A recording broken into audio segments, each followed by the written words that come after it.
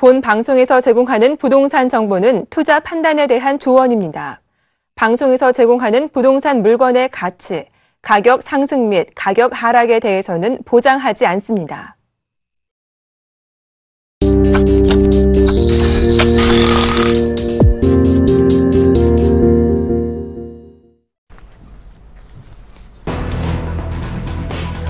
구리 가격이 글로벌 경제에 대한 우려 등으로 인해 5.2% 급락했습니다. 이날 구리 3월 인도분 선물 가격은 뉴욕 상업거래소 전자거래에서 전달보다 14센트, 5.2% 내린 파운드당 2.51달러에 체결됐습니다. 이는 2009년 7월 이후 최저치입니다.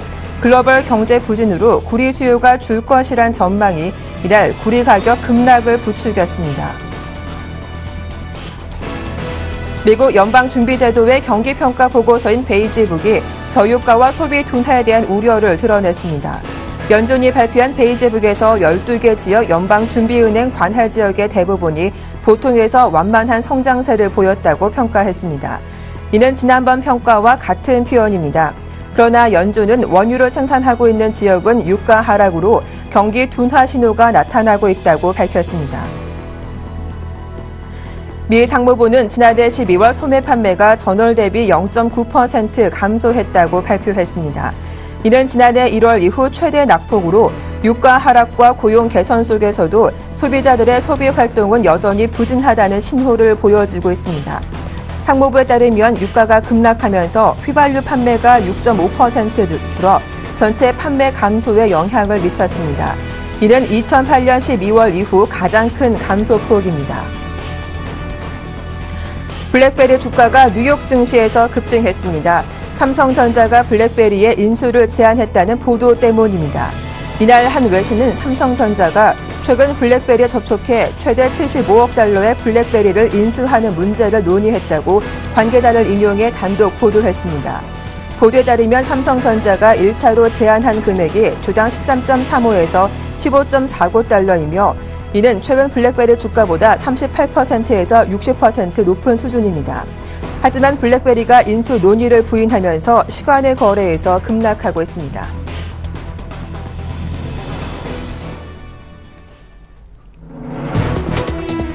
안녕하세요. 출발 증시와이드 박미라입니다. 한동안 시장의 발목을 잡았던 국제유가는 간밤 큰 폭으로 반등하며 2년 만에 큰 거래 상승세를 보였습니다. 하지만 시장에서 주목했던 건 바로 구리 가격인데요. 글로벌 성장이 둔화될 거란 우려에 구리 값이 급락하면서 거래를 마쳤습니다. 자세한 마감 지수부터 확인해 보겠습니다. 뉴욕 3대 지수는 나흘 연속 가장 큰 하락세를 기록했는데요. 다우지수가 크게 빠졌습니다. 예상을 하회한 JP모건 실적에 금융주가 줄줄이 약세를 보이기도 했죠. 다우지수가 1% 이상 밀린 가운데 나스닥 지수가 0.48%, 또 S&P 500이 0.58% 하락하며 약 보합권에서 거래를 마쳤습니다. 먼저 마감한 유럽 증시 분위기도 살펴보겠습니다. 유로존의 주요 지표가 부진하게 발표되면서 주요국 증시가 모두 크게 밀렸는데요. 영국 증시가 2% 넘게 급락한 가운데 프랑스도 1.5% 이상, 독일도 1.25% 하락하며 거래를 마쳤습니다. 자, 우리 시장 이제 개장을 앞두고 있습니다. 어제 코스피 1910선 지켰지만 외국인의 거센 매도에 사흘 연속 하락세를 보였는데요. 오늘 일시 금토일과 시장에 어떤 영향을 주게 될지 잠시 후 자세한 분석 도와드리겠습니다. 출발 증시와이드 힘차게 시작합니다.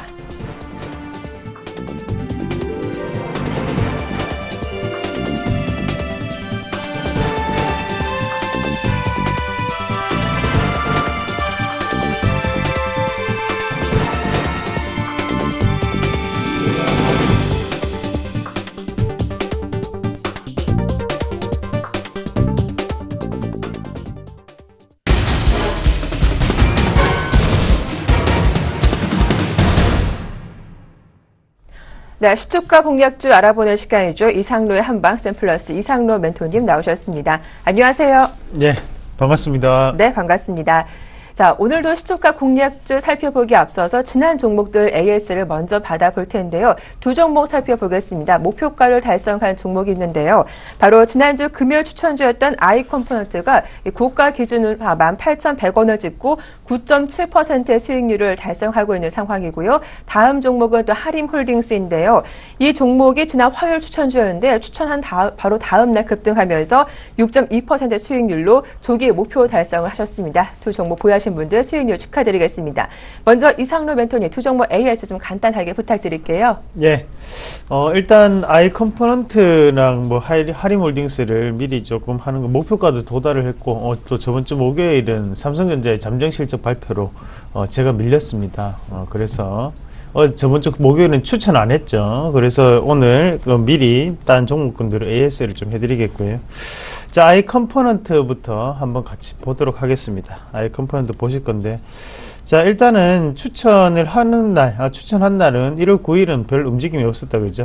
하지만 그다음부터 다시 한번 크게 급등을 하면서 오늘 다시 5일선에 올라타면서 급등 차트를 조금 연출을 하고 있는 상황입니다.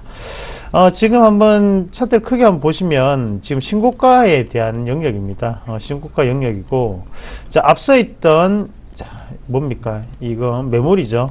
상당히 강한 매물 자체를 지금 돌파를 하고 올라가는 상황이거든요. 제가 볼 때는 기업에 대한 상당한 변화에 대한 부분이 볼 수밖에 없는 자리대다. 자, 제가 이 컴포넌트를 소개를 시켜드리면서 퀀텀.tv에 대해서 말씀을 드렸습니다. 자, 그리고 좀 이따가 LG 디스플레이가 크게 오르는 모습이 또 나타났었고, 시장의 분위기가 또다시 디스플레이 쪽에, 액정 쪽에 뭐 포커스가 조금 맞춰 있는 상태라는 거죠. 자, 이 컴포넌트 좀 더 기대를 해 보겠습니다. 일단 9% 정도 났는데요. 내일까지죠. 추가적인 상승을 좀 더 기대해 보도록 하겠고요. 자, 이어서 하림홀딩스 말씀을 드리겠는데요. 뭐 하림홀딩스 마찬가지로 지금 이틀 정도 지났는데 추천하고 난 다음에 뭐 쉬지 않고 곧장 올라가는 그런 모습이 나타나고 있습니다. 자, 우리 이런 모습 많이 보셨죠? 자, 급등 차트 나타나기 전에 전조현상이다, 그죠? 이평선을 따라서 올라가면서 점점 각을 지금, 자, 둔각에서 각을 지금 세우고 있는 이런 상황이죠. 네, 이런 상황으로 연출될 확률이 지금 상당히 높은 그런 모습이고, 제가 말씀을 드렸죠. 하림홀딩스는 정상화를 위해서 주식이 회귀하는 과정입니다. 자, NS홈쇼핑의 상장이 지연됐다는 부분 우려가 한 가지 있었고, 두 번째는 STX 페노션을 인수하면서에 대한 우려가 있었습니다. 하지만 그 두 가지가 지금은 다시 한번 더 정상적으로 회귀가 되면서 실적적인 평가만이 나오고 있는 상태다. 그래서 저는 하림홀딩스 이틀 지났는데요. 네. 이틀을 6% 만족하지 않고 좀 더 큰 수익 시청자분들께 네. 한번 같이 달려가도록 하겠습니다. 네, 하림홀딩스 보유하신 분들은 조금 더 홀딩해 보셔도 더 좋은 수익 거두실 수 있을 것 같습니다. 자, 간밤 뉴욕 증시에서 삼성전자의 블랙베리 인수설이 돌았는데요. 조금 더 속보가 나왔습니다. 두 회사 모두 사실 무근이라면서 공식 부인했다라는 점 다시 한번 알려드리겠습니다. 자, 이어서 오늘장 시초가 5% 공략주 살펴볼 텐데요. 어떤 종목 준비해 오셨나요? 예, 뭐 삼성전자 안건, 뭐 강연회 같은 데 오면 제가 좀 설명을 좀 해드릴 수 있는데, 네. 자, 일단은 뭐 오늘 종목 말씀을 드리겠습니다. 신진 SM인데요. 신진 SM 같이 한번 보도록 하겠습니다.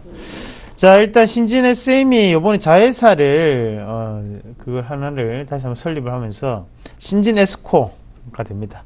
자, 이게 제3자 증자 방식이 들어가는데 거기에 포스코가 참여를 하죠. 그래서 금액으로는 35억 원, 그리고 주식으로는 70만 주에 대한 금액을 지금 다시 한번 더 펼치는 모습이고, 포스코 협력 사항에 대해서 절단기 납품이 상당히 증가할 것이다 라고 전망이 되는 부분이고, 실적이 지금 신진 SM이 좋은 건 아닙니다. 고평가 기조거든요. 한 PER 밴드로 보면 40배 정도가 돼요. 하지만 고가 영역권역에 꾸준히 지금 오르락내리락 하고 있다는 것은 이런 호재 자체가 지금 반영되는 구간이기 때문에 기업의 가치가 좀 더 바뀔 수 있다라고 보는 거죠. 자, 어차피 주식은 기대감이 오릅니다. 그런 모습 봤을 때 현재 주가는 저렴하다라고 저는 판단을 하고, 위에 있는 이 가격권역은 돌파를 해줘야만이 포스코가 증자에 참여했던 부분이 기업에 대한 주가 가치가 발견되는 곳이 아닌가, 그렇게 말씀을 드리겠고요. 자, 현재 자리 지금 21,000원대 지금 머물러 있는 상황인데요. 요 자리인데 한번 같이 보도록 하겠습니다. 시가 한번 같이 볼게요. 오늘 시장이 전체적으로 조금 하락 예상이 가능하고요. 21,000원, 21,200원 호가 조금 벌어져 있는 상태인데 21,000원에서 체결이 될 것으로 보입니다. 자, 매수가는 시초가고요. 목표가는 플러스 5%, 그리고 손절가는 19,900원 제시해 드리도록 하겠습니다. 네. 자, 오늘의 시초가 5% 공략주는 신진 SM이었죠. 대응 전략 잘 참고하시면 도움이 되실 것 같습니다. 멘토님 또 이번 주말 강연회 있으시다고요? 자세하게 소개해 주세요. 네, 맞습니다. 이제 시장이 알 수 없는 뉴스들이죠. 인수, 네. 부인, 뭐 오늘 삼성전자 이런 얘기를 비롯해서 사실 뭐 여러 가지 이유가 있겠죠. 그런 방송에서 좀 할 수 없는 얘기도 같이 조금 나눌 수 있었으면 좋겠습니다. 그래서 17일 날 동부증권 인천지점에서 오후 2시에 진행을 하고 18일 날 하나대투증권 공덕지점에서 오후 2시에 진행을 합니다. 그 뭐 두 날 중에 하루 참여하셔가지고 좋은 시간 같이 보내셨으면 좋겠습니다. 네, 조금 더 자세한 종목별 이야기가 궁금하신 분들 많은 참여 부탁드리겠습니다. 자, 지금까지 샘플러스 이상로 멘토님과 함께했습니다. 오늘 수고 많으셨습니다. 고맙습니다. 네, 고맙습니다.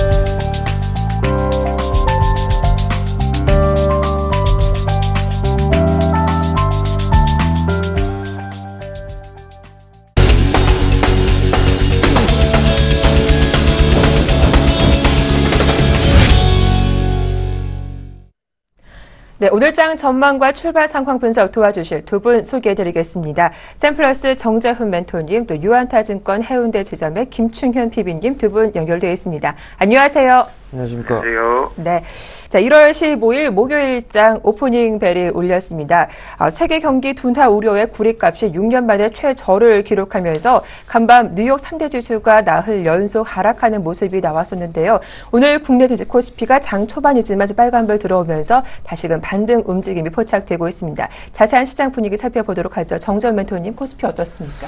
예, 거래소 시장을 보게 되면 1915포인트대 0.09% 상승 출발해주고 있는 그런 모습들입니다. 여전히 출발 상황은 수급적인 부분들은 개인 쪽만 매수를 해주는 그런 모습들이 좀 나타나고 있고요.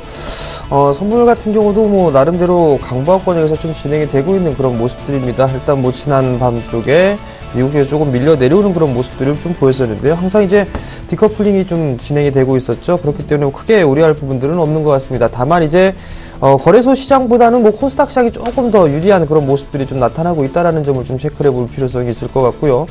환율도 1120원대에서 있다가 1080원대까지 워낙 강세가 좀 더 유지가 되고 있는 그런 모습들인데요. 여전히 1080원대 이상권역에서는 수출주들의 에는 상당히 좀 유리한 그런 부분들이 있기 때문에 단기적으로 조금 힘든 그런 구간들이 있겠지만 중장기적으로는 좋은 모습들을 좀 볼 수 있다라고 좀 보셔도 좋을 것 같습니다.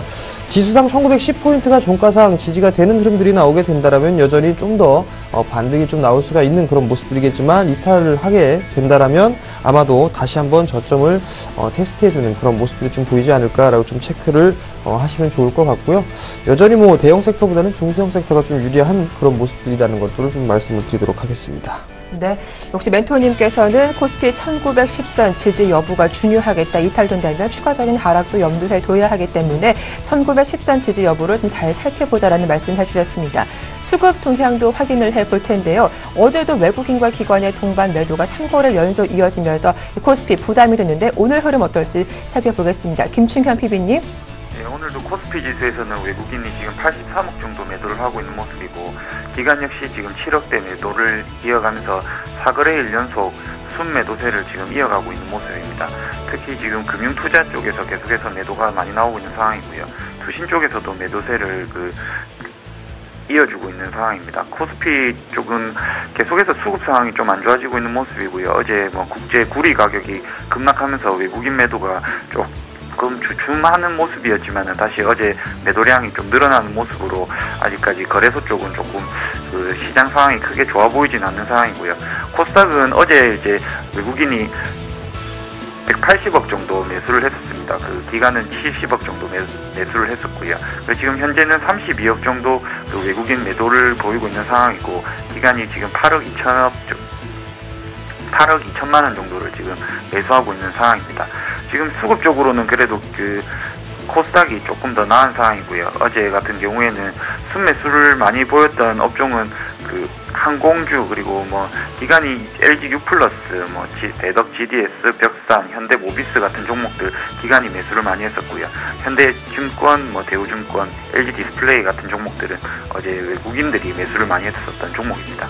그리고 코스닥 쪽에서는 SK 브로드밴드, 인선 ENT, MC넥스, 제닉 이런 종목들이 기관이 매수를 많이 했었고요. 그리고 코스닥 쪽에서는 한국전자인증, H세미콘, 에이스하이텍, 국제 DY, 유화전기, 한국토지신탁 등을 순매수 많이 한 종목으로 어제 종목을 올렸기 때문에 관심 있게 보셔도 좋으실 것 같습니다. 네, 이렇게 현재 수급 분위기 확인을 해봤고 이제 코스피보다는 코스닥이 낫다라는 점을 확인할 수 있었습니다. 이제 업종별 분위기도 확인을 해볼 텐데요. 구리가 하락 영향 때문에 좀 철강 금속 업종에서 하락폭 좀 크게 나오고 있는 상황입니다. 업종별 분위기 어떤지 분석해보도록 하죠. 정재훈 멘토님. 예, 오늘 시장 철강금속 섹터들이 좀 약한 그런 모습들이 나오고 있습니다. 대체적으로 포스코가 6,000원 정도 하락한 그런 모습들을 좀 보여주고 있고요. 대신에 이제 반등이 좀 나와주고 있는 그런 섹터들도 있습니다. 유가가 전날 급등을 했었죠. 그 부분들 때문에 화학 섹터도 나름대로 좀 괜찮은 그런 모습들을 좀 보여주고 있는 그런 상황들입니다. 결국에 흐름들을 좀 보게 된다라면 거래소 시장 같은 경우는 철강금속 섹터가 가장 약한 그런 모습들을 좀 보여주고 있고요. 반대로 이제 전기, 가스, 서비스, 그다음에 통신 쪽의 업종들이 강한 모습들을 좀 보여주고 있는 그런 상황들인데요. 이 흐름들을 좀 보게 되면 지수가 약한 흐름들이 좀 나왔을 때, 즉 지수 방어형 섹터들을 위주로 일단 상승이 좀 해주고 있다라는 그런 모습들이 일단 특색이다라고 좀 보셔도 좋을 것 같고요. 유가에 대한 그 부분들 때문에 화학도 어느 정도 이 반등이 좀 나오고 있다라고 좀 보셔도 좋을 것 같습니다. 코스닥 시장을 보시게 된다라면 화면에서 보시는 바와 같이 거래소보다는 코스닥이 조금 더 유리한, 조금이 아니죠. 좀 더 많이 유리한 그런 모습들이 나타나고 있습니다. 업종별로 보게 되면 금융 쪽이라든가 통신 서비스, 오락, 문화, 콘텐츠 이쪽이 약간의 약한 흐름들을 보이는 대신에 대체적으로 모든 업종들이 강보합권역 이상에서 거래가 되고 있는 그런 모습들입니다. 결국에는 어떤 이슈와 모멘텀 그리고 연초 시작에 대한 부분들은 대형 섹터보다는 중소형주들이 좀 더 유리한 그런 모습들이 나올 수가 있을 것 같고요. 그리고 박근혜 대통령께서 신년사 이러한 부분들이 인해서 테마성의 흐름들도 나타난다라는 그런 기사도 났듯이 어떠한 이 정책적인 그런 부분들로 인해서 중소형주들이 좀 더 탄력을 좀 받을 수 있는 그런 부분들이 좀 많이 있습니다. 그렇기 때문에 이러한 종목군들 위주로 좀 관심을 가지시는 전략이 좀 좋다라는 점 말씀드리겠습니다. 네, 이어서 외환 시장 출발 상황도 분석해 보도록 하겠습니다. 오늘 도움 말씀은 유진투자선물의 소병화 연구원과 함께하죠. 안녕하세요. 네, 안녕하세요. 네, 안전자산 선호 심리가 커지고 있습니다. 다만 오늘 금통위 기준금리 결정이 변수가 될 수 있을지 궁금한데요. 외환 시장 동향 짚어봐 주시죠. 네, 금일 외환 시장은 엔화 강세에도 불구하고 금통위 경계감과 원유값 반등 영향으로 80전 오른 1,083원에 시작하였습니다. 어제 뉴욕 시장에서 세계은행 발표에 따른 글로벌 둔화 우려로 엔화가 116엔대 초반까지 하락하였으나 장막판 원유값 반등 영향으로 어제 아시아 시장에서 거래되었던 117엔 초반대까지 반등하며 엔화가 마감하였습니다. 이 영향으로 우리 달러원 1개월물 NDF도 엔화 강세에 큰 영향을 받지 않으며 강보합권인 1084원 50전에 마감하였습니다. 어제 서울 한시 종가 대비 수합 포인트를 고려하면 90전 정도 상승하여 마감한 수준입니다. 오늘 외환시장도 NDF 영향과 오늘 예정된 금통위 경계감으로 보합권에도 시작한 모습을 보였습니다. 오늘 금통에서 기준금리는 동결이 확실시 되고 있는 가운데 이후 이 총재 기자회견에서 어떠한 스탠스를 보일지가 주목되고 있습니다. 특히 금리 동결이 만장일치가 아닐 것이라는 전망이 우세한 가운데 어떠한 결과를 가져줄지 주목되고 있는 모습입니다. 시장 예상처럼 소수 의견이 있을 경우 기준금리 인하에 대한 기대가 커질 것으로 보여 상승 압력을 줄 것으로 보고 있습니다. 또한 경제성장률 전망치 하향 정도가 어느 정도인지에 따라 추가 금리 인하에 대한 기대가 커질 것으로 보여 상승 시도를 할 것으로 보고 있습니다. 어제도 기준금리 인하에 대한 기대로 엔화 하락에도 1080원대를 지지하였던 만큼 오늘 시장 예상에 부합한 결과가 나오면 여기를 중심으로 한 매수세 유입이 가능할 것으로 보여 상승세를 보일 것으로 예상을 하고 있습니다. 단 금리 동결이 만장일치이고 지난해 연말처럼 이주열 총재가 매파적 스탠스를 보인다면 실망에 따른 매몰로 인하여 재차 하락 시도를 보일 것으로 예상을 하고 있습니다. 거기다 글로벌 성장세 둔화 우려에 따른 엔화 강세와 달러와 강세 약화 등도 하락 압력을 줄 것으로 보여 시장 예상보다 부합하지 않는다면 다시 1070원 선으로 진입할 수 있을 것으로 예상을 하고 있습니다. 따라 오늘 금통위 결과에 따라서 최근 1080원 선에서 무거운 흐름을 보이고 있는 환율에 추후 방향성을 제공할 것으로 보고 있습니다. 금일 예상 레인지는 1079원에서 89원 사이로 보고 있습니다. 오늘 금통위 이슈를 잘 확인하고 대응해보자라는 당부 말씀까지 전해들었습니다. 도움 말씀 고맙습니다. 네, 감사합니다. 네, 지금까지 유진투자선물의 소병화 연구원이었습니다.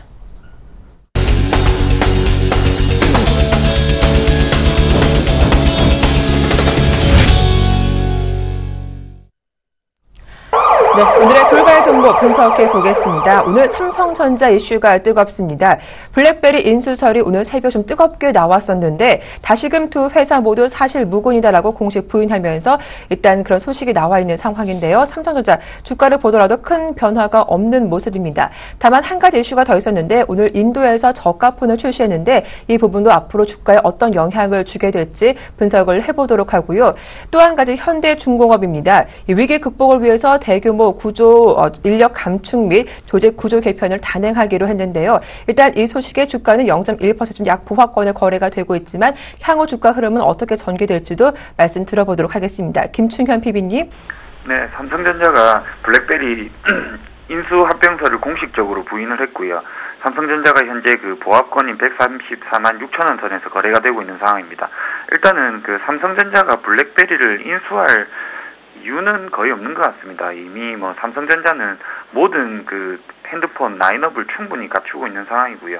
그리고 삼성전자 자체적으로 충분히 네임밸류를 갖고 있는 브랜드이기 때문에 굳이 뭐 블랙베리를 인수해가지고 그 뭐 부가가치를 창출할 이유는 없는 것 같아 보이고요. 그리고 오히려 블랙베리보다는 소프트웨어 관련된 업체를 인수하는 게 삼성전자 내부적으로도 훨씬 좋은 그 영향을 보일 것으로 보고 있습니다.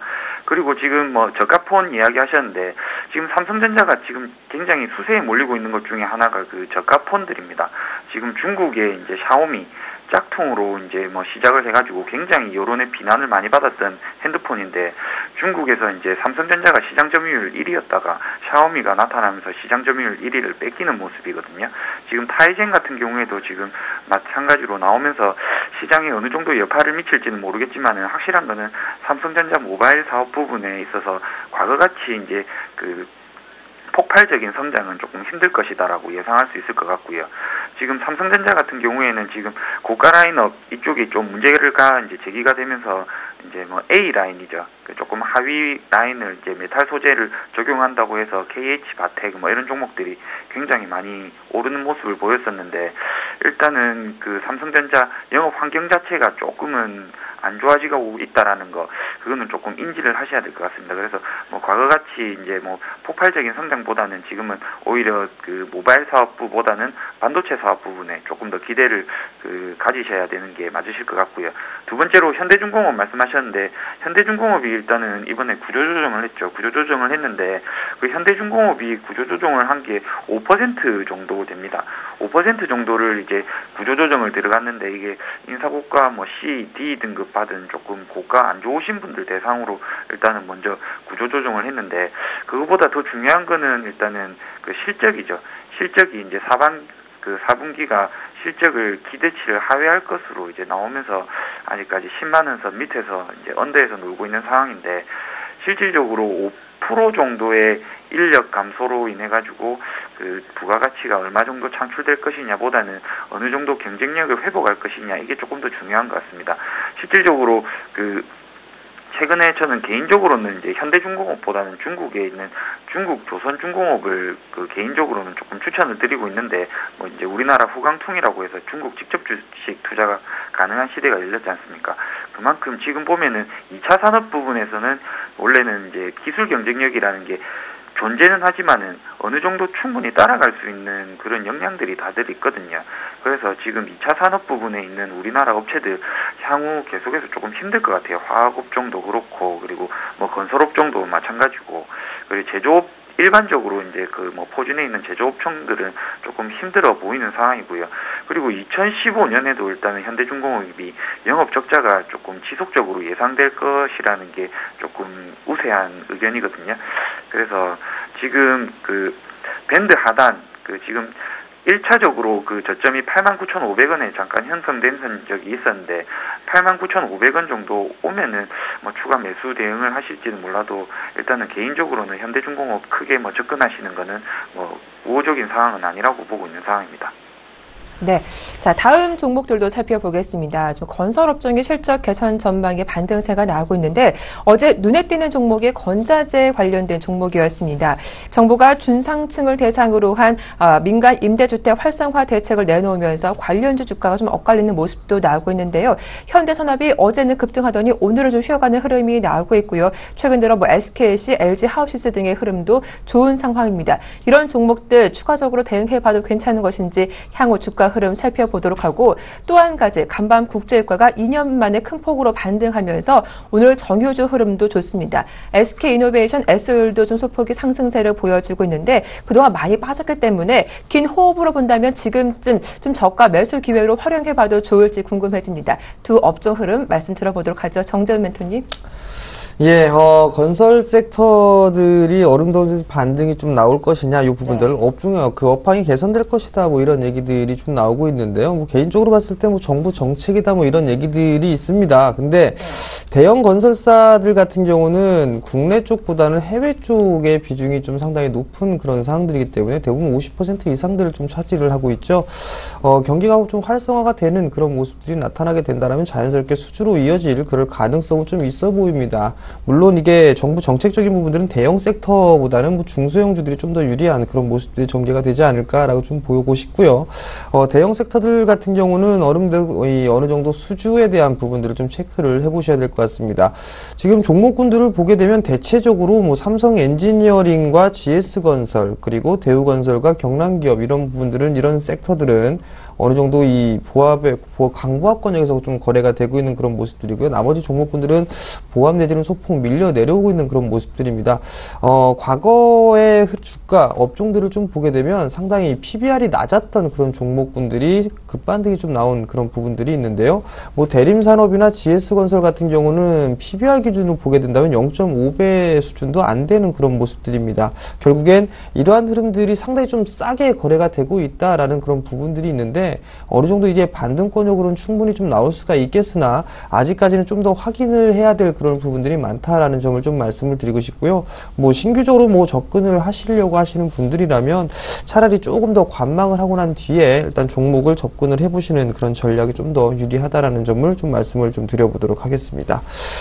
두 번째 부분들은 유가 부분들을 좀 살펴보셔야 될 것 같아요. 최근에 이 50불도 붕괴가 되는 그런 모습들이 보였었고, 최근 상당히 좀 많이 빠지는 그런 모습들이 나타났습니다. 전날 같은 경우도 급반등이 좀 나와주는 그런 모습이었었는데요. 50불을 하회했었죠. 48불 내에 거래가 되고 있는 그런 모습들입니다. 너무 많이 빠졌습니다. 유가 부분들도. 근데 이 부분들을 좀 보게 된다라면 저유가 시대에 좀 접어들고 있는 그런 사항들이기 때문에 일단 우리나라에게는 좀 상당히 수혜가 되지 않을까라고 좀 생각을 하고 있지만, 화학 섹터, 정유 섹터라든가 화학 섹터는 그렇게 크게 도움이 좀 되지는 않을 걸로 좀 예상을 하고 있습니다. 다만 이제 너무 많이 빠져 있기 때문에 기술적인 반등이 좀 충분히 나와줄 수 있다라고 좀 보고 싶습니다. 그렇지만 반등의 폭도 그렇게 크게 나오지는 않을 것 같고요. 여기서 단기적으로 급반등, V자 반등이 나온다라기보다는 어느 정도 완만하게 좀 상승을 해 나가는 그런 기술적인 반등 정도로 좀 생각을 해보시는 전략이 좀 좋을 것 같고요. 거기에 따라서 이제 화학주들도 나름대로 좀 기술적인 반등의 흐름들이 나와주고 있는데, 대체적으로 보게 되면 정유 섹터들 같은 경우는 SK이노베이션이나 GS 같은 그런 종목군들을 보게 되면 어느 정도 이제 가격 조정을 마무리를 지고 횡보를 해주고 있는 그런 모습들입니다. 여기서 이제 횡보를 해주는 그런 모습들을 보이고 난 이후에는 어느 정도 한 차례 반등 시도는 좀 충분히 나올 수가 있다라는 점을 좀 말씀을 드려보도록 하겠고요. GS나 SO율도 마찬가지입니다. 어느 정도 이 가격적인 조정은 좀 마무리가 되고 난 이후에 방향성을 좀 탐색하는 그런 구간이다라고 좀 보셔도 좋을 것 같습니다. 화학 섹터들 중에서도 그나마 제일 양호하게 진행이 되고 있는 종목군들을 좀 보게 된다면 금호석유가 가장 좀 강한 그런 모습들이 나오지 않나라고 좀 보여지는데요. 금호석유 같은 경우는 뭐 이제 61선을 돌려 세우는 그런 모습들이 나타나고 있고, 추세선도 어느 정도 돌파를 해 놓는 그런 모습들을 좀 보이고 있는 그런 상황들이기 때문에 금호석유가 일단 대장의 역할을 좀 하고 있다라고 좀 보셔도 좋을 것 같고요. 대환유화 같은 경우도 상당히 좀 견조한 모습들이 나타나고 있는 그런 상황들입니다. 그렇기 때문에 이러한 종목군들 위주로 좀 보시면 좋을 것 같고요.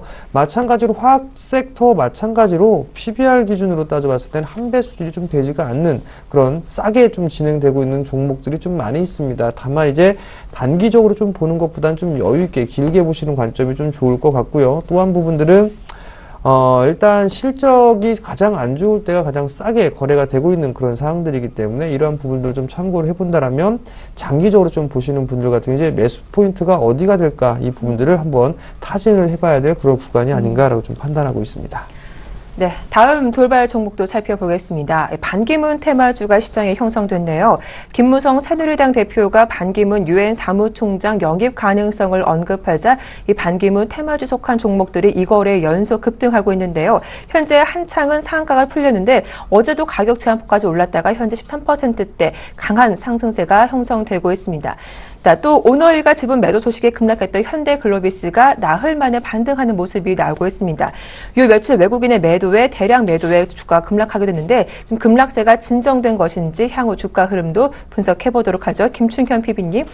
네, 일단 먼저 반기문 테마주 관련해서 말씀드리도록 하겠습니다. 말씀하신 듯이 김무성 새누리당 대표가 이제 반기문 유엔 사무총장을 여당 대권 후보로 이제 영입을 할 수도 있다, 이런 얘기를 했는데 실질적으로 뭐 크게 썩 와닿지는 않습니다. 개인적으로는 제가 만약에 반기문 유엔 사무총장이라면은 뭐 굳이 국내 정치에 크게 관심이 있을까라는 의문이 좀 생기고요.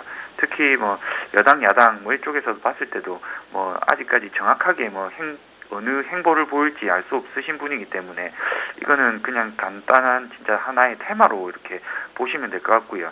그 테마 관련해서 움직이고 있는 종목이 또 한창, 그리고 CCS, 그리고 뭐 보성파워텍 뭐 이렇게 이제 종목들이 있는데, 지금 이 종목들도 대충 보면은 조금 당황스럽게 움직이고 있는 경우가 많습니다. 지금 특히 그나마 이제 재무가 좀 괜찮은 한창 같은 경우에는 그 출신이죠.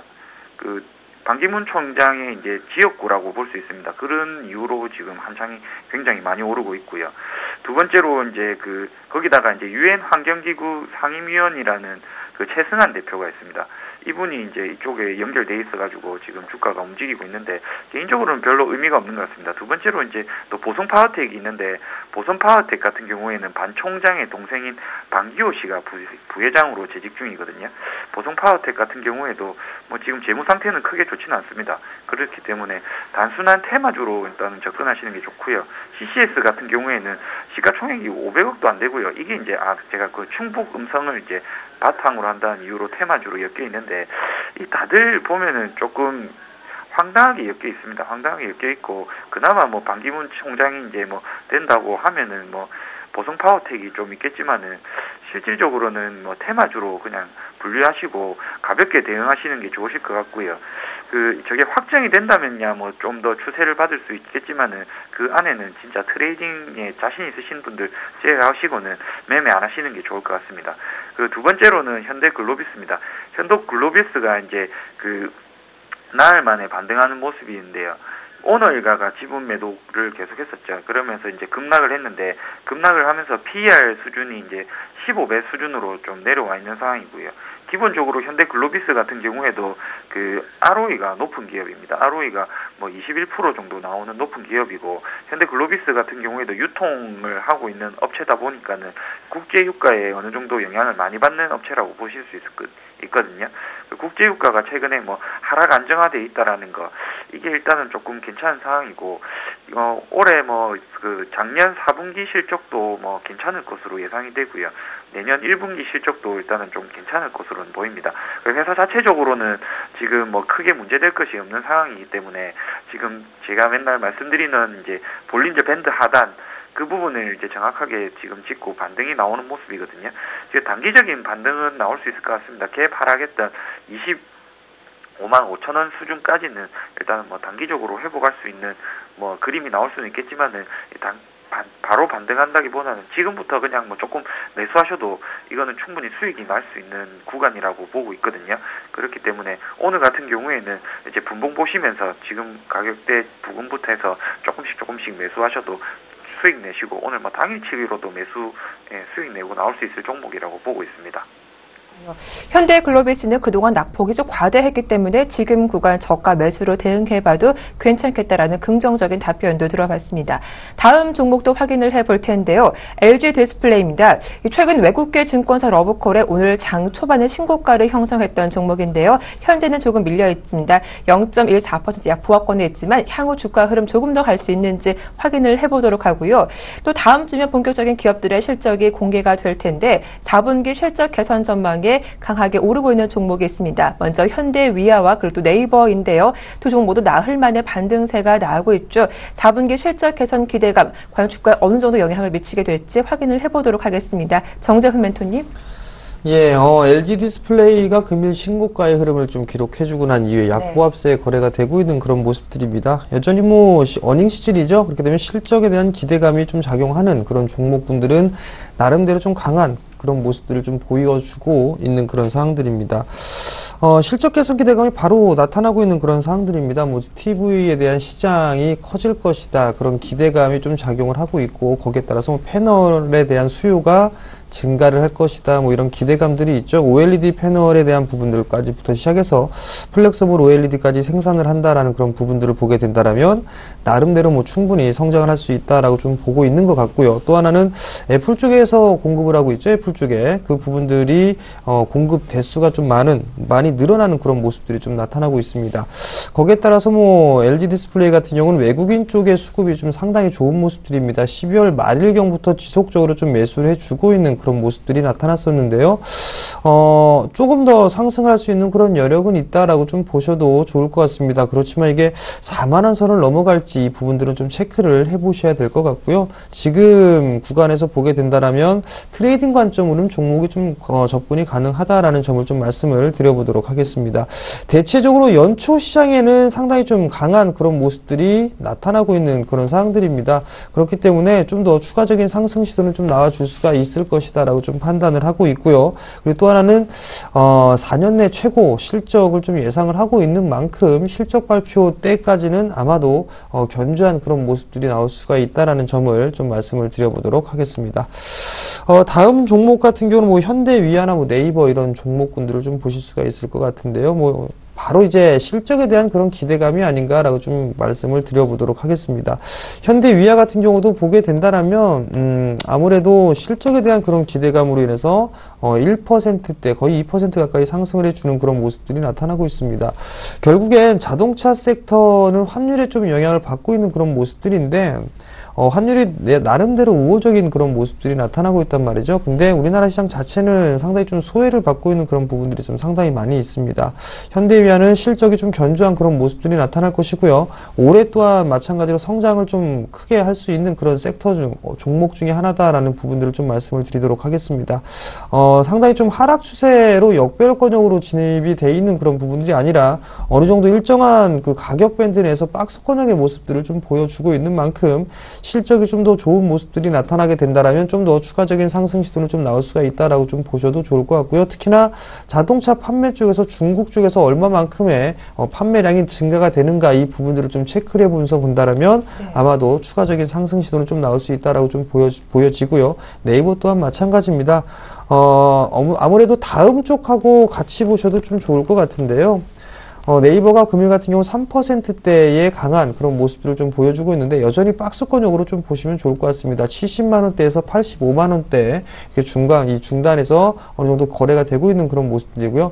네이버는 지속적으로 좀 봐야 될 그런 종목이 아닌가. 지금 여전히 지금 구간에서는 주도 섹터로 나뉘어 놓고 있는 그런 만큼 길게 좀 보시는 관점을 좀 말씀을 드리도록 하겠습니다. 네, 현대위아도 추가적인 상승을 기대해 볼 수 있겠다라고 하셨고요. 네이버도 오늘 오르고 있지만 이제 장기적으로 봤을 때 박스권 상단했기 때문에 조금 더 추가적인 상승 여력이 충분하다라는 말씀 들어봤습니다. 자, 이어서 오늘 투자 포인트 전략을 말씀 들어보도록 할 텐데요.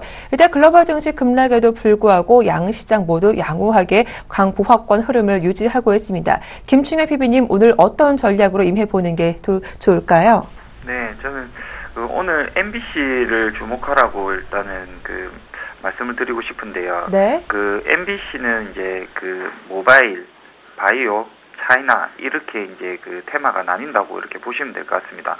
이게 뭐 테마가 나뉜다기보다는 뭐 항상 이제 이쪽이 집중해서 보셔야 될 것 같고요.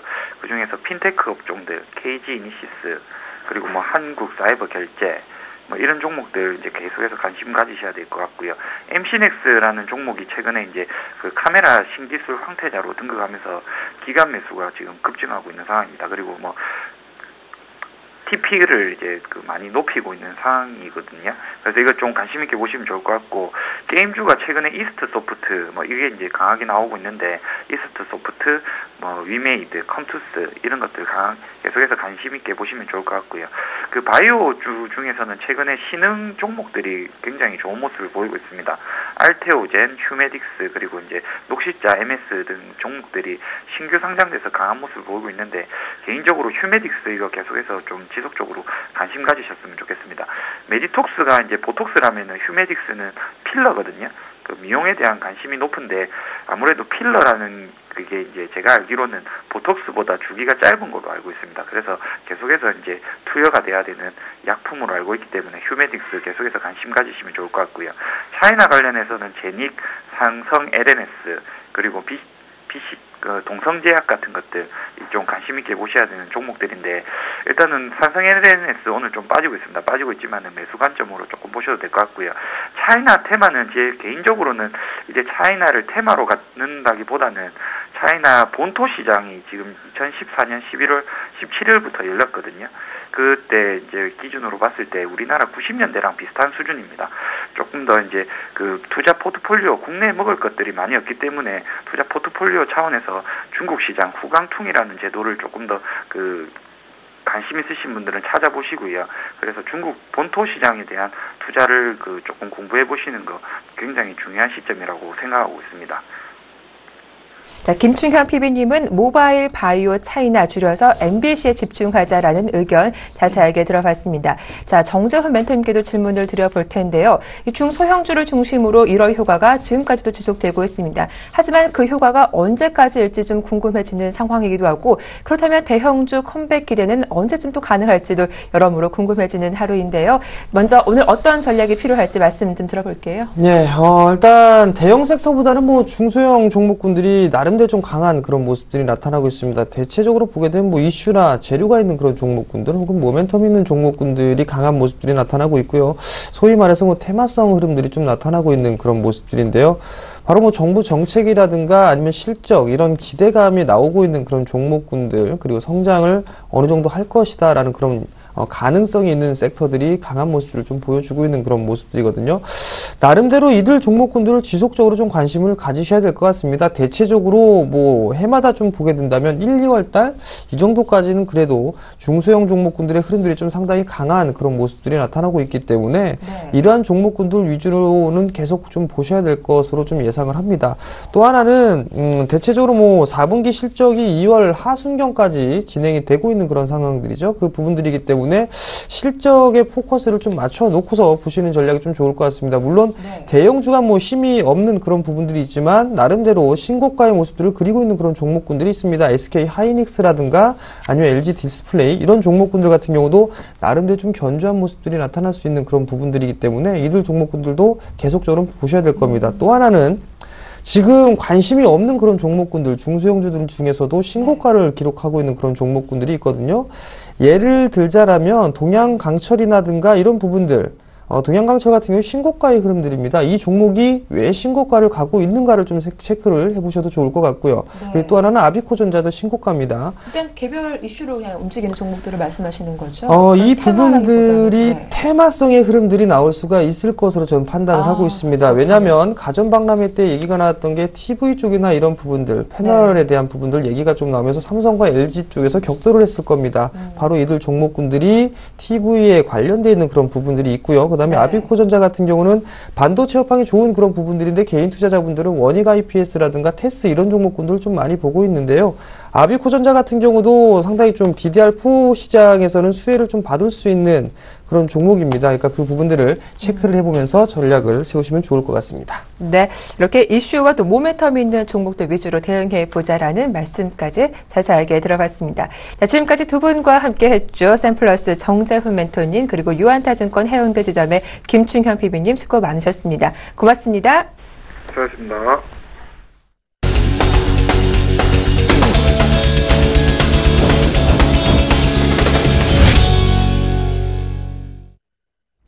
네, 현재 코스피, 코스닥 모두 상승세를 유지하고 있습니다. 코스피 지수부터 간략하게 살펴봐 드리겠습니다.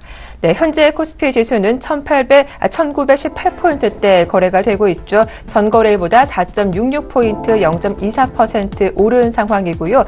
일종 흐름을 보더라도 전반적인 상승 흐름이 꾸준히 유지가 되고 있는 상황입니다. 오늘 시초가가 1914포인트였는데 무려 시초가 대비 많이 올라와 있는 모습이고요. 이 수급을 보더라도 오늘 장 초반 매도하던 기관 쪽에서 현재 매수로 흐름을 바꾸며 229억 원 매수 우위를 보여주고 있는 가운데 개인과 외국인의 동반 매도가 나오고 있죠. 오늘 개인은 장 초반 매수하더니 현재 163억 원 소폭 매도하고 있고 외국인 또한 275억 원 팔고 있습니다. 코스닥 분위기도 살펴보겠습니다. 역시 승승장구하고 있는데요. 576포인트대 기록을 하고 있습니다. 전거래일보다 0.47% 올라와 있는 상황입니다. 오늘 코스닥 시초가도 살펴보겠습니다. 오늘 코스닥 시초가가 575포인트였는데 시초가 개장 이후 현재 양호한 상승 흐름을 유지하고 있는 모습이죠. 수급을 보더라도 역시 답을 찾을 수가 있는데 개인과 기관의 동반 매도가 들어오고 있죠. 개인 쪽에서 8억 원, 기관 쪽에서 49억 원 사고 있습니다. 외국인은 현재 39억 원 매도세를 보여주고 있습니다. 자세한 시장 이야기 들어보도록 하죠. 증권사 오인에게 연결해 보겠습니다. 화면 함께 보시죠. 네, 최희승 차장입니다. 금통위 금리 결정 이후 증시 방향성을 확인해보자. 정영훈 팀장, 유가 반등이 긍정적이다. 금통위 금리 인하 가능성에 주목해보자라는 의견이었고요. 김혜란 연구원은 1월 후반 이벤트 확인 전까지 관망 장세가 전망될 것이다라는 의견이었습니다. 한편 김현경 주식팀장은 1900포인트 지지력 테스트가 있을 것이다. 안상현대리는 1월 효가 2월까지 이어질 것이다. 매수 관점으로 유지해보자라는 의견이었습니다. 네, 오늘 순서는 동보증권의 김현경 주식팀장과 함께하겠습니다. 안녕하세요. 네, 안녕하세요. 네, 오늘 양 시장 모두 글로벌 증시 하락에도 불구하고 견조한 상승세가 이루어지고 있는데 오늘 코스피 1900선 지지력 테스트를 확인해 보자고요. 예, 오늘 글로벌 이제 증시 불안에 비해서 장 초반은 굉장히 양호한 그런 모습을 보이고 있는데요. 아무래도 이것은 금리 인하 쪽에 대한 기대감이 시장에 좀 반영이 되고 있는 것이 아닌가라는 판단을 할 수 있을 것 같기 때문에 일단 결과가 나오고 나서 시장의 움직임이 어떻게 바뀔 것인지 그건 역시 한번 체크를 해보실 필요가 있을 것 같습니다. 일단은 코스닥 시장과 코스피 시장, 양 시장이 모두 양호한 움직임을 보이고 있는데요. 특히 오늘의 특징적인 점은 네이버가 오늘 거의 5% 가까운 큰 폭의 상승을 보이는데 이것이 이제 인터넷 은행과 관련된 그런 상승세가 나타나고 있습니다. 최근에 핀테크와 관련된 이런 이제 핀테크와 인터넷 은행 이런 것들이 맞물리면서 관련된 종목들이 굉장히 강한 그런 모습을 보이고 있고 오늘도 역시 그런 모습들이 추가적으로 나타나고 있다라고 말씀을 드릴 수 있겠고요. 일단 최근에 삼성전자와 현대차 등 우리나라 1등, 2등 어떻게 보면 업종 중에서 1, 2등 업종이죠. 전기전자와 자동차 업종 이 두 업종이 특히 삼성전자는 잠정 실적이 양호하게 나왔고 현대차 역시 양호한 그런 실적이 기대가 되는 그런 상황 또한 저유가 시대의 자동차 업종이 부각을 받을 수 있다는 그런 점 역시 우리 시장 양 두 축이 자리를 잡고 있기 때문에 추가적인 하락보다는 분명히 상승 방향으로 긴 흐름으로는 보시는 게 맞는 것 같고요. 하지만 실적 시즌에 들어가기 때문에 아무래도 실적 불확실성에 노출되어 있는 낙폭 과대 주식들은 계속해서 기관에서는 좀 매도 올라오면 좀 매도 관점으로 시장을 대응하는 것이 아닌가 그런 판단을 하고 있습니다. 그렇기 때문에 지금은 틈새 전략으로 코스닥을 물론 계속해서 보셔야 되겠지만 코스닥도 단기적으로 상승 부담이 있기 때문에 코스닥 순환매 관점에서 많이 올라간 것보다는 조금 아래에서 올라오려고 하는 바이오나 관련된 종목들도 계속 관심을 가지시면 좋을 것 같고요. 물론 오늘 WTI 국제 유가가 반등이 나왔지만 계속적으로 하향한다는 관점에서 유가 하락에 수혜를 받을 수 있는 이런 업종군들 계속해서 이런 모멘텀이 있는 업종군들을 관심을 가져야 될 것으로 보입니다. 추가적으로 단기적으로는 지금 원달러가 1,100원을 깨고 1,085원 정도에서 거래가 되고 있는데요. 이렇게 원화가 강세 방향에 있을 때 수혜를 받을 수 있는 게 아무래도 내수 쪽이겠죠. 그 내수와 중국 그 춘절과 맞물려서 같이 교집합으로 수혜를 볼 수 있는 종목들도 계속해서 관심 있게 보시면 좋을 것 같습니다. 네, 코스닥은 순환매 관점으로 대응해 보면서 또 원달러 환율 강세, 수혜주 그리고 중국 소비 관련주에도 관심을 가져보자라는 말씀 들어봤습니다. 도움 말씀 고맙습니다. 감사합니다. 네, 지금까지 동보증권 김현경 주식팀장이었습니다.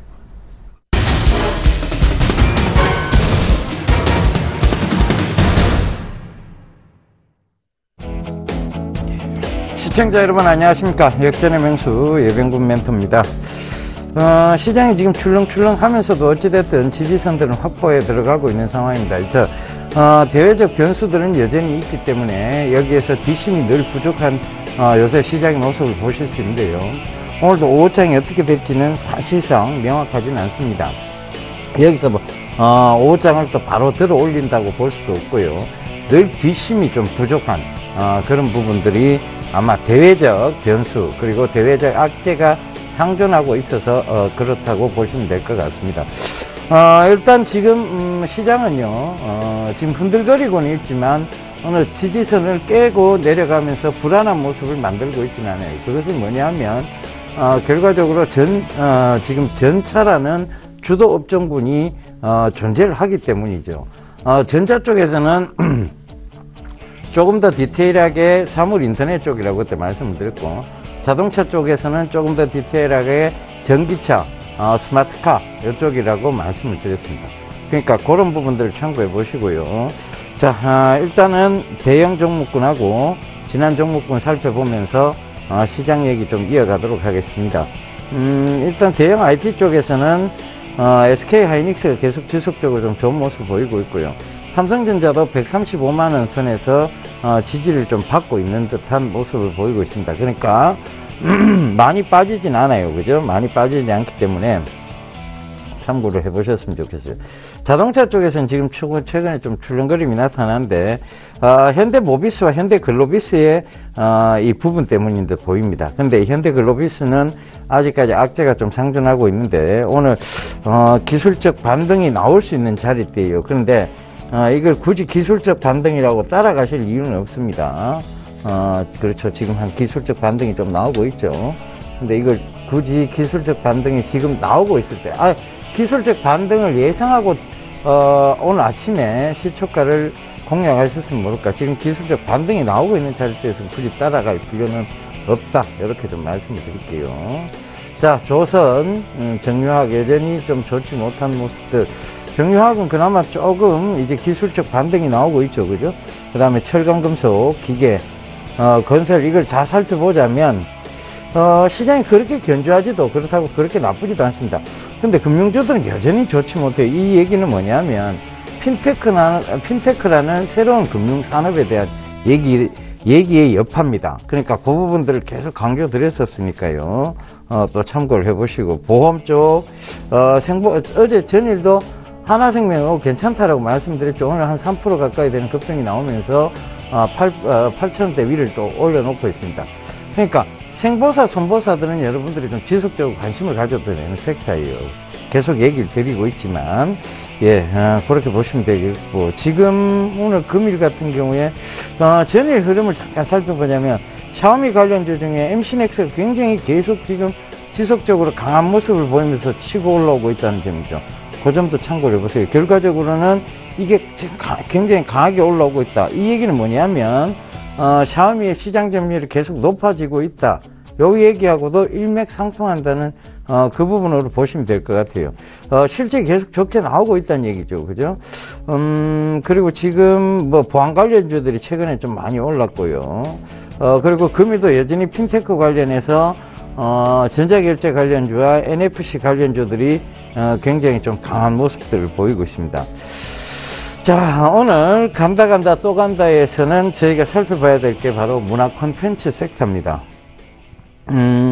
한중 FTA 수혜주로서 지금 엔터 업종을 좀 봐야 된다는 입장이고요. 그 다음에 문화 콘텐츠 시장의 성장이 계속 이루어지고 있고, 그죠? 콘텐츠 시장이 지금 확대되고 있는 편이에요. 그리고 무형의 가치를 유형의 가치로 인식하는 문화가 확산되고 있다. 자, 요 비슷한 얘기를 많이 들으셨죠, 그죠? 이 얘기를 언제 들었냐면 지난달입니다. 요 그대로 요 얘기가 12월 17일의 얘기예요. 지난달 17일. 그래서 지난달에 보면 소리바다, 로엔, KT뮤직, SM, 레드로버, 대원미디어를 보면 지난달보다는 다 지금 계속 조금 지속적으로 오르고 있는 모습입니다.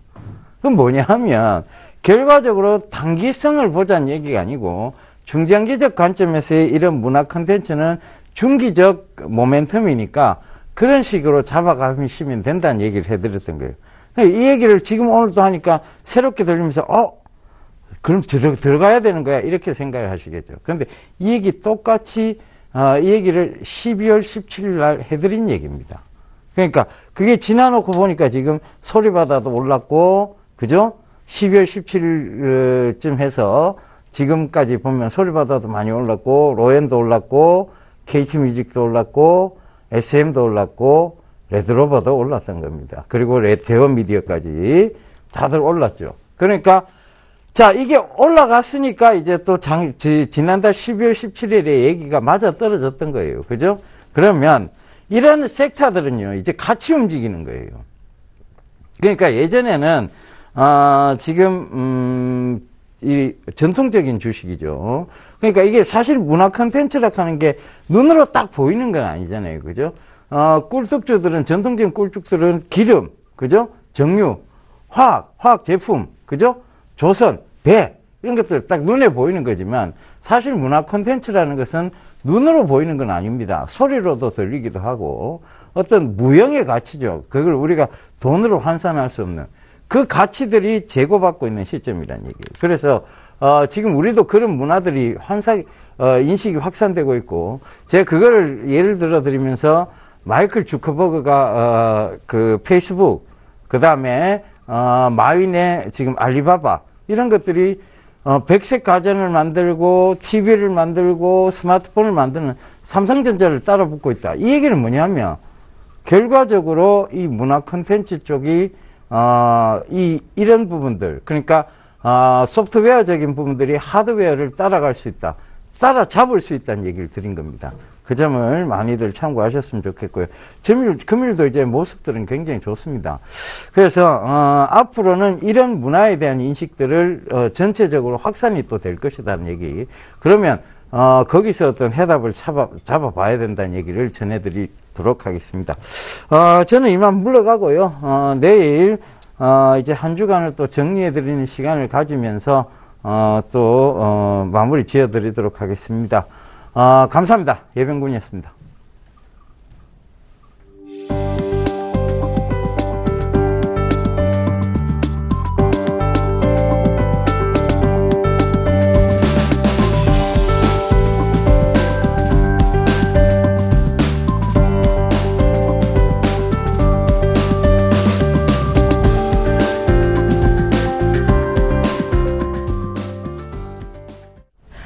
새해 첫 기준금리를 결정하는 한국은행 금융통화위원회 정례회의가 오늘 열립니다. 시장 전문가들은 금리를 동결할 가능성에 무게를 두고 있는데요. 만장일치로 그 결과를 얻게 될지 잠시 후 저희 방송에서 확인해 보시길 바랍니다. 자, 양시장 기관의 매수가 유입되고 있습니다. 오후장까지 상승세가 이어지길 바라며 출발 증시와일드 여기서 모두 마치겠습니다. 함께해 주셔서 고맙습니다.